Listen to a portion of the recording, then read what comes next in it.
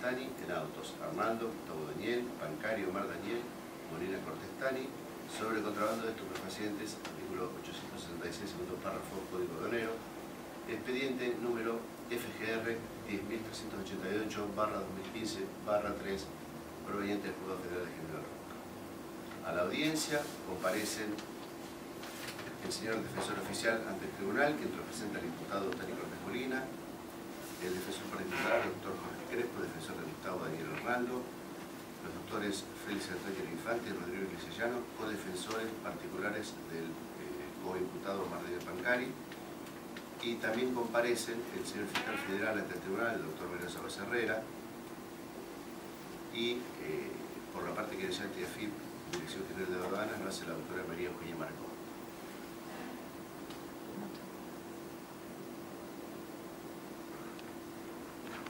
Los puestos en el escrito de apelación de fojas 389, 408 y legajo de apelación.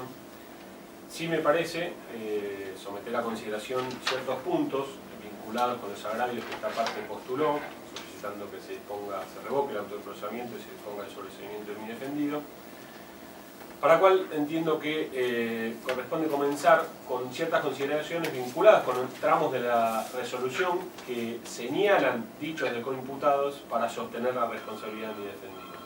Entiendo que esto es constitucionalmente inadmisible, en tanto la propia Corte ha sostenido en los presentes Dublin, Ardenati de Domprez y más recientemente en el año 2001 en el caso Stancanelli, precisamente en donde sostuvo que no pueden considerarse para sostener la responsabilidad de otra persona los delitos de un coimputado, con lo cual entiendo que esta cuestión procesal fundamental debe considerar esta Cámara, sosteniendo que esta jurisprudencia de la Corte no ha sido controvertida hasta el día de la fecha, con lo cual el valor de su fallo, más allá de que los jueces no están obligados, sí tienen que dar razones para apartarse del valor que tienen los fallos de la Corte, situación que en el caso de autos no se da.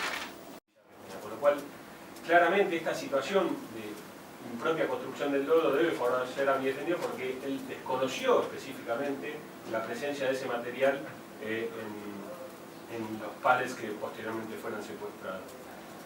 Y digo esto, que esto se construye a partir de su propia negativa y precisamente de una construcción del dolo que se acerca más a una culpa consciente que a un dolo específico que desconociese todo este material. Y acá hay otra cuestión fundamental. Alguien que realiza una maniobra transnacional de 24 millones de pesos, ¿puede resguardarla a una persona que contiene 4 celulares sin ningún arma? Señor juez, la sana crítica nacional indica específicamente que esto no puede, digamos, ser considerado como un análisis correcto de la situación de mi defendido.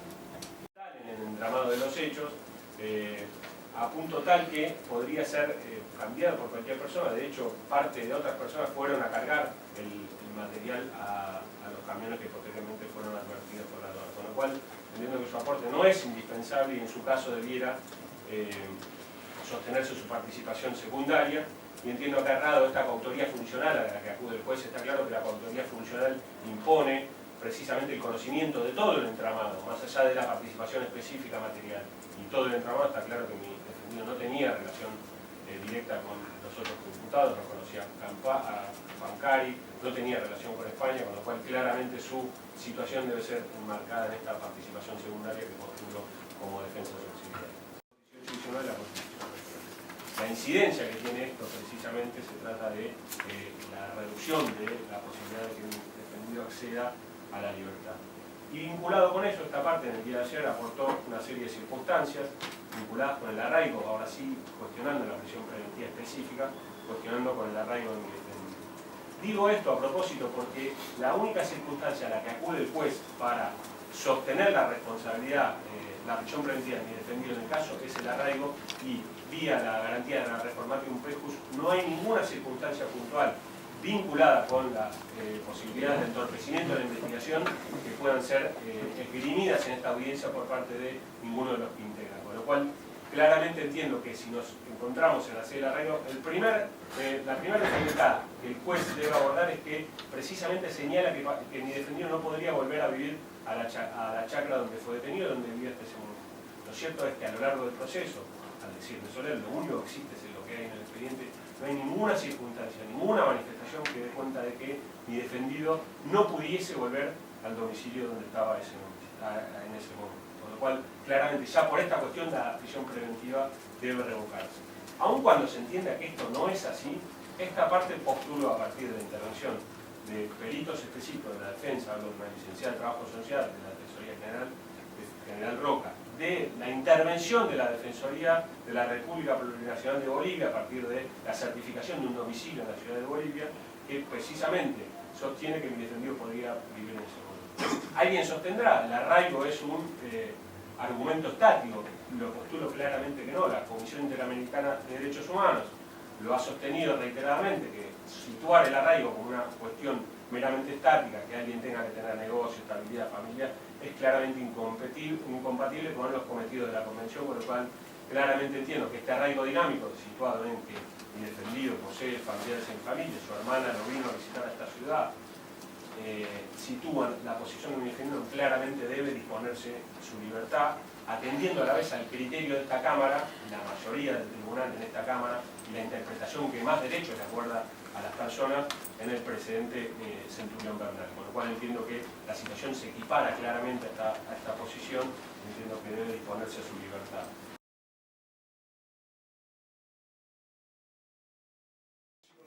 El autoprocesamiento es la faz que determina la prisión preventiva. Para solicitar la elaboración de la prisión preventiva, para solicitar la elaboración del autoprocesamiento, lo primero que quiero indicar es que lo entiendo también a lo ya expresado la resolución esta adolece de algunas cuestiones técnicas que hacen al derecho en general y que se contradicen con la Constitución Nacional en algunos puntos que yo voy a mencionar. Mi asistido, el señor Arnaldo, goza de lo que se denomina la presunción de inocencia. La barrera de la presunción de inocencia está acompañada de un correlato axiológico que es el diluvio pro reo. Esta situación de la presunción de inocencia y del diluvio pro reo, como bien lo manifiesta Salvador, no solo debe jugar al momento del dictado de la sentencia definitiva, sino que debe jugar en cada una de las etapas del proceso y en cada una de las etapas de la vida de las personas. Como la presunción de inocencia es un valor que debe acompañar a todo proceso penal en todas sus instancias. ¿Y cómo se manifiesta la presunción de inocencia en este proceso penal? ¿Cómo se manifiesta el correlato axiológico del diluvio pro reo en este proceso penal? Este proceso penal está compuesto solamente por indicios. Y los indicios que usa el juez para procesar y hablar en esta causa a mi asistido son absolutamente absurdos, que no permiten ni siquiera, aún en esta etapa procesal, poder sostener la resolución del juez de instrucción en los términos que la ha dictado. La pregunta, ¿esta resolución tiene este respaldo? ¿Esta resolución sirve para privar a una persona de su libertad? ¿Es útil para eso? Independientemente de lo que después planteemos respecto a la prisión preventiva. Yo entiendo, por lo menos, haciéndole el código de Arnaldo, digamos que entiendo que no. Y voy a explicar por qué.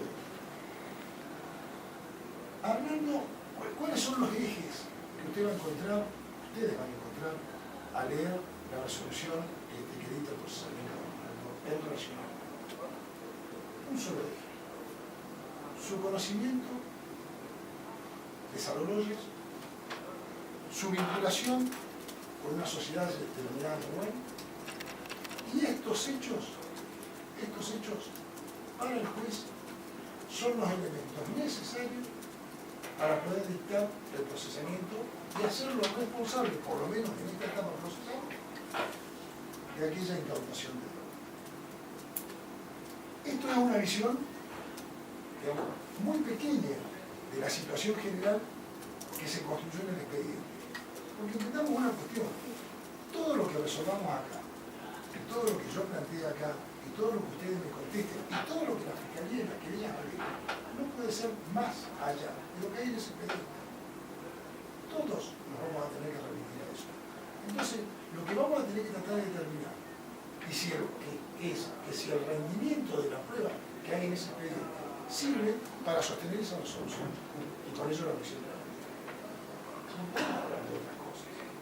Entonces, cuando yo empiezo a leer el expediente y empiezo a ver y veo, digamos, que la construcción del juez está basada solamente en el conocimiento que mi cliente tenía de Saloroyas, del señor Saloroyas, y de la empresa Neuer, veo que la prueba no empieza a rendir como debería rendir para sostener lo que pretende sostener. ¿Por qué? Porque la lógica indica, digamos, no solo la lógica, mi cliente cuando ejerce su derecho de defensa en el momento de dictar el indagado, expresa con absoluta claridad, yo no voy a leer todas las declaratorias que la tiene casi, pero sí los puntos centrales, cómo fue su vinculación con Saloroyas. Saloroyas no buscó a cualquier persona, buscó a una persona conocida. Ojo, yo no estoy hablando tampoco de que Saloroyas sea responsable de esta cuestión. Yo lo que estoy hablando es cómo está construida la resolución del juez. ¿Cómo está construida la resolución? Saloroyas no busca a cualquier persona. Saloroyas busca a una persona conocida del pueblo, creíble, una persona que ha tenido experiencia comercial, una persona que ha tenido relaciones con la mayoría de las películas de la zona, una persona, digamos, de un perfil muy bajo, una persona que no estaba económicamente brillante y no está al día de la fecha. En realidad busca un empresario típico de esta zona. ¿Y qué hace Saloroyas en la construcción, digamos, de lo que surge del expediente? Una sociedad, y en esa sociedad, ¿cómo aparece mi cliente vinculado? Para el señor juez, como socio minoritario. Para la realidad del expediente, mi cliente no es más que un empleado de Saloroyas, en el cual, ya había explicado la 250 aprobado, solamente cobraba 2.000 euros mensuales por las gestiones que realizaban en la zona, en la compra y venta de la fruta. ¿Quién dice esto? ¿Dónde surge esta prueba? Bueno, que mi cliente no era dueño de lo bueno, surge de los secuestros que obran en esta causa, en el teléfono de mi cliente que obra un WhatsApp, en el cual hay un contradocumento donde el cliente devuelve al señor Saloroyas las acciones de esa sociedad. Pero vamos a suponer que ustedes entiendan que ese WhatsApp no alcanza para probar. Bueno, el contador de la empresa, el contador Benvenuto, cuando vino a declarar a esta audiencia de Lati, perdón, a esta instrucción judicial, planteó esta situación y dijo claramente que Benvenuto había firmado por pedido de Saloroyas y por recomendación del contador Benvenuto un documento que devolvía las acciones y ponía en blanco y negro cuál era la relación entre estas dos personas. Que no era otra que la de Benvenuto. ¿Y esto le saca o le pone responsabilidad penal al tema? No. No le saca ni le pone. Pero sí demuestra lo equivocado de la resolución del señor juez. Digamos, la construcción que hace el señor juez no es correcta. Digamos, y si no es correcta en este punto, yo voy a probar que no es correcta en ninguno de los puntos. Porque sigo. Digamos, si el dolo es materia de prueba, si el dolo es materia de prueba, y vamos a cometer un pecado, inventamos el tema. Yo voy a tratar de probar que no lo tendría por qué hacer, que no hubo actitud ni actividad dolosa de parte de mí. Porque en realidad lo lógico es que el juez me lo prueba, que el juez me pruebe que existió el dolo. Esto no está probado. Pero no obstante no está probado, yo voy a probar que no existió el dolo y que mi cliente no conocía esta cosa. Y voy a explicar por qué. Cuando vienen a declarar al sumario el personal de aduana, ¿qué dice el personal de aduana? Bueno, cuando se presenta la empresa esta de web, que se presenta el señor Arnaldo, nosotros le explicamos a Arnaldo, le explicamos que durante un largo tiempo, 2 o 3 años, creo que dice testimonio, va a ser absolutamente observado por la aduana en los despachos que efectúa. Y su mercadería siempre, en este periodo de tiempo, va a pasar por lo que se denomina canal rojo. Canal rojo implica un exhaustivo control de todo lo que se despacha y pretende exportarse. Lo explica el agente. Entonces, la pregunta es, Arnaldo era la única persona de todas las personas involucradas en esta causa que conocía y sabía que esa mercadería necesariamente tenía que pasar por el canal rojo en la aduana y que necesariamente iba a tener el control que en definitiva tuvo. Esta es la posición de alguien que sabe que está exportando 300 kilos de cocaína, de droga. A no ser que Arnaldo tenga algún otro problema, si sabía y conocía que su despacho, que su embarque iba a ser revisado de la manera que fue revisado, difícilmente sea Arnaldo quien haya puesto la droga allí para que 40 kilómetros más adelante se la revise, se la caute y se la lleve. Y él termine en este proceso. Estas pruebas del conocimiento de que tenía Arnaldo de cómo, por dónde y bajo qué condiciones iba a ser exportada la droga, no solo, perdón, la mercadería, no solo lo dice Arnaldo, sino que también lo ratifica la gente de aduana cuando dice, el señor Arnaldo se presentó y nosotros le explicamos esta situación del canal rojo. Con lo cual, digamos, si la construcción del juez está hecha solamente en la vinculación societaria de Arnaldo, y siendo Arnaldo la única persona que conocía que esa mercadería que se pretendía exportar iba a ser exhaustivamente revisada, yo creo que lo primero que yo hablé de la presunción de inocencia, lo primero que hablé de la presunción de inocencia, lo primero que hablé de que es absolutamente aplicable. ¿Por qué? Porque no hay demostrada actitud dolosa de parte de Arnaldo. Todo lo contrario. Todo lo contrario, digamos, de parte de Arnaldo está aprobada una actitud diligente. Ahora bien, siguiendo, digamos, con esta cuestión, Arnaldo también probó con